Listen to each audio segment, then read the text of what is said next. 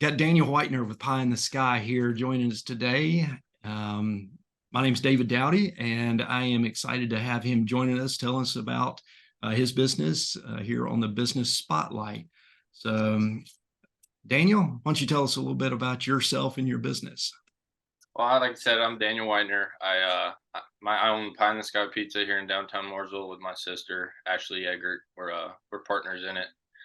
I guess we're technically second generation of Pie in the Sky. We took it over from my dad when we closed our original location and whatnot. So we're new to the business owning, but we're not new to the pizza making. So we're still learning, but it's been a wild trip the first year of owning a business. So I'm happy to talk about any about it. I love talking about any of this stuff. So this is just right up my alley. So I'm so excited to be here.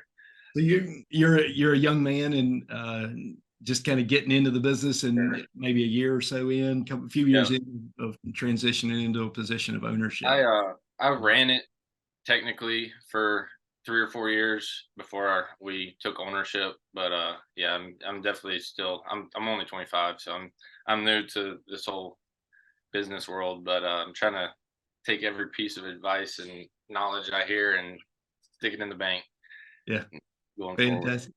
All right, so if you were to rewind and start over from square one, what would you do differently?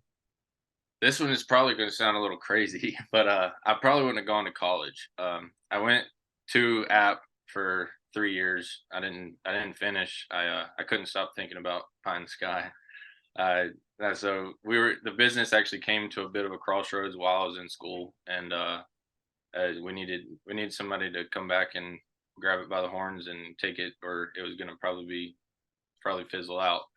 So if I would have stayed at App and let Pie in the Sky go away, I'd have probably never lived with myself. So if all I see those 3 years is 3 years I could have been here doing this and 3 more years of growth. But Yeah. I did learn a lot going to school, and it was a great time.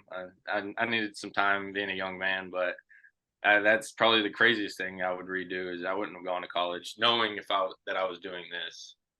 Well, man, if we all had hindsight, Yeah. it would be Oh fantastic. yeah, we'd all be perfect if we could go back and change things. Yep, But save a lot of time and money. So what? Okay, so you've been doing it for a few years. What are some of the biggest learnings that that stand out to you now as you look back? Um, um, the at the time, I don't know. Even when I was running it and didn't own it, I worked where you commit a lot of your time to this, and then you didn't at that time. I didn't think I could probably commit much more time, and here I am. I've committed more.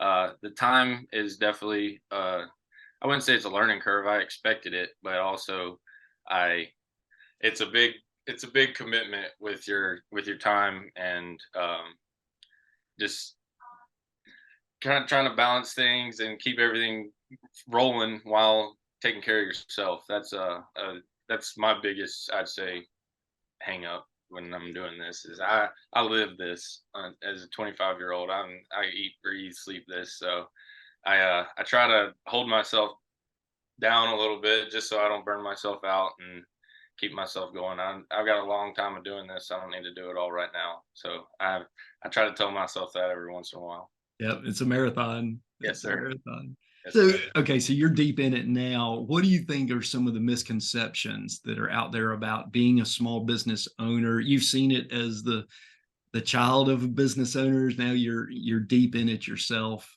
What are Oh, some of those misconceptions?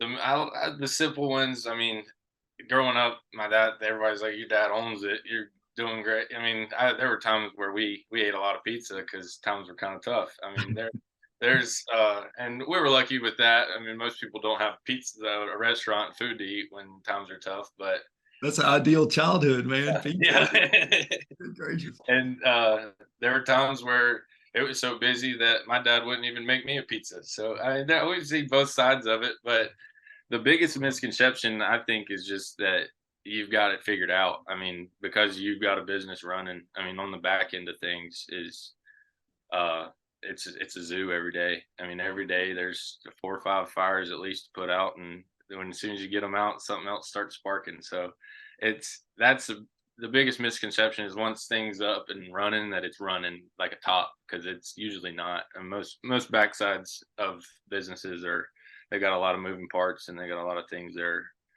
struggling with or having issues with, and that's we most people do a good job of keeping their game face on to the front to the general public, but knowing that a lot of folks don't know how much goes into these types of businesses, and when that's something that I do my best to let people know in a nice way, just how much goes into any small business. I mean, there's no time off. And if the phone rings at 10 p.m., you work at 10 p.m. and it's that's how it is. And I'd say that. And what was another? I had another one, a misconception I thought about. Um, just just that you're making money because you own something. That's another one. Everybody thinks because you own something you're rolling in it. That's a lot of times to open something like this, we've invested a ton into this, and we've got a while before we start really reaping benefits of it. But it's it's it's a part of it. I mean, this business, we bit it off, like take it in stride, but we also we aren't rolling in cash. I mean, it's crazy, and as simple as that sounds, a lot of people think you are when you own your own business. And That that's right. They see the traffic, they see the volume, they have no idea what's behind the yeah, scene. And what's on the you know, those backside. that have done it have a better respect for Yeah, what you guys are accomplishing and doing. But boy, it always looks great from the yeah, outside. yeah. But And it's that's how we always want it to feel. We don't want the public to think that we're dragging or that we're struggling, but there is a backside that you got to put a game face on just to make sure everybody knows you're happy to be there. Because in the grand scheme of things, we are really happy to be here, and we might be grumpy in the moment, but we are very happy to be here. And yeah, um, it's all a blessing, and to yeah, have as many people as there are, even to complain about you, they're at least they're working with you a little bit. They're complaining and right. helping out. But I will say, in the last couple years, I feel like the general public is getting a lot more understanding of how much small businesses struggle, and I feel like that's kind of a tide that's going to keep pushing, and more people will understand what goes into these small businesses that you shop at, and that's what really keeps these small economies going is these folks. Right. And that's so true. I mean, you're right downtown Mooresville and you know, small town USA, and what a loyal following. And you know, you alluded to the run that you've had, but also know that you know recently you've relocated, not far away, but it just the investment to go from a place that was up and running for so many years to a fresh look, a fresh start, the upfit of a building and getting the doors open again. Yes, sir. Yeah, you mentioned the investment that goes in. You don't Mhm. recoup that overnight. No, no, you don't, and it takes a lot of planning. That was part of our downtime after closing, was planning the financials of all this to make sure that we could do something of this magnitude. Yeah.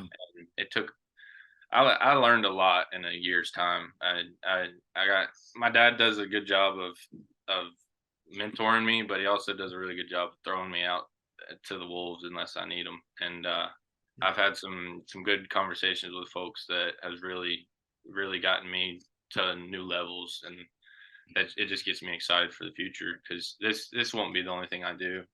Find This Guy is my baby, and because it's our baby, but I've got a lot of other ideas and a lot of other things I want to do. So this last year of doing these things is really just kind of, it's putting gas in my tank for what I knowing that I can do things like Yeah. I put some notches in my belt here that a lot of folks can't say they have, and I'm really proud of that, so that I have a good future ahead. Yeah, it's a big dreams ahead. So what are a few things since you've been leading the charge here that you attribute your growth to? Is there any one or two things that Um, jump out at you? I'd say social media and just kind of venturing out with our offerings a bit. We don't we try not to change anything. We're big on that. We've been doing the same thing for so long. we don't change our recipes, but we kind of try to see what we can do with them a little better and just kind of make them appeal to the customer a little better. We've got Mhm. some appetizers now with our homemade sausage and homemade meatballs that just they've never gotten the love that they should have because of how good quality they were. So now we kind of put them front and center and stuff like that. Just, but the main thing I will say, social media is when you buckle down and put your mind to grow into social media, your business grows with it, and that's where I'd say a lot of the growth has came from. And I'd be lying if COVID didn't grow us a bit too. I mean, Right. we were set up perfect for COVID, so we kind of hit the ground running and we went up in business. So most people struggled, we went up, and we made it a priority as things went out of COVID to retain those folks and make them our customers for going forward. And we're doing a good job of retaining new folks, and that's our priority. But we've also got so many folks who have eaten here for longer than I've been alive, so you can't change stuff on them. So we walk a fine line of making sure our regulars and the folks who got us here are happy with what we're doing and bringing new folks in. That's awesome. Awesome. All right. So as a business, it's not just you. You do have employees. And what do you tend to look for in employees now and some of the characteristics, or how do you foster that positive attitude? You know, you're obviously encouraging and optimistic and supportive. So how do you foster that in your We employees as just well?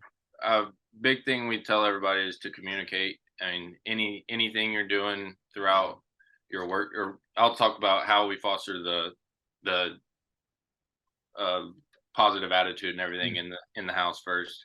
We just tell them to communicate and always be. You should never look around and see someone outworking you, and if you see that, then you jump in, and that way nobody ever feels like they're pulling too much weight, and everybody always is jumping in on different things. um you always got to let somebody know if you need help. That's something I've noticed with folks. They don't like to ask for help a lot, but if they mess up, they don't like to mess up. So it's one of the it's sometimes you got to ask for help or you will mess up. And That's right. you you can't we couldn't do any of this, but I couldn't do this with just me. I couldn't Nobody could do it by themselves. So it's a team thing. So never be afraid to ask for help or call somebody in or even tell somebody that they're doing something wrong.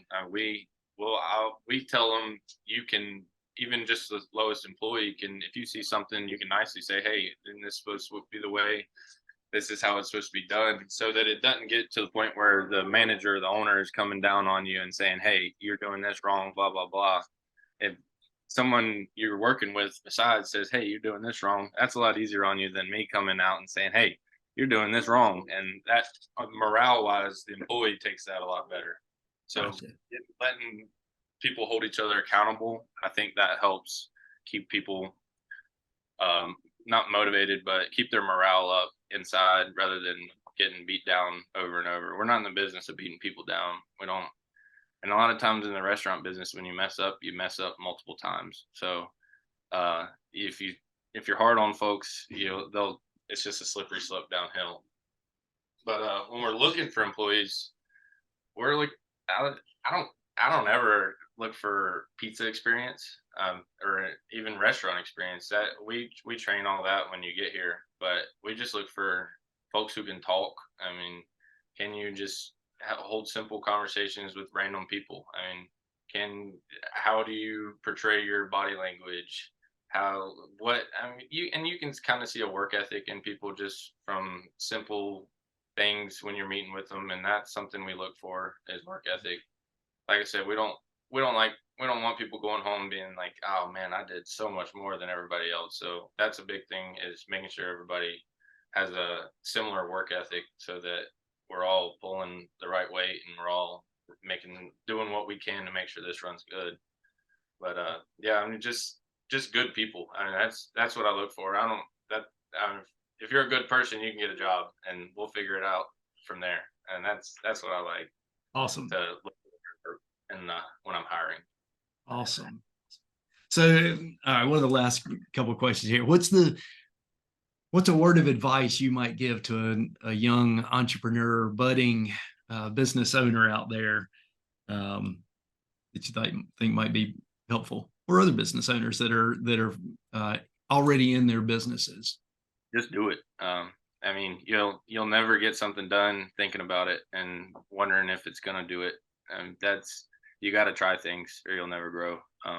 And don't be afraid to count something as a loss and put it behind you and say, well, that didn't work. But you've got to do things. You've got to try. You got to take some risks. You never grow unless you make take some risks and try to grow yourself. And that's my biggest thing when I'm talking to somebody who's asking how I did this. Is I just did it. I mean, if I sat around all day thinking about what I had to do it and how much it's going to take, I mean, I drove myself crazy. But I did my research and our numbers and everything. And once we knew that we could do it, we did it. And that you just put it behind you and one foot after another after that.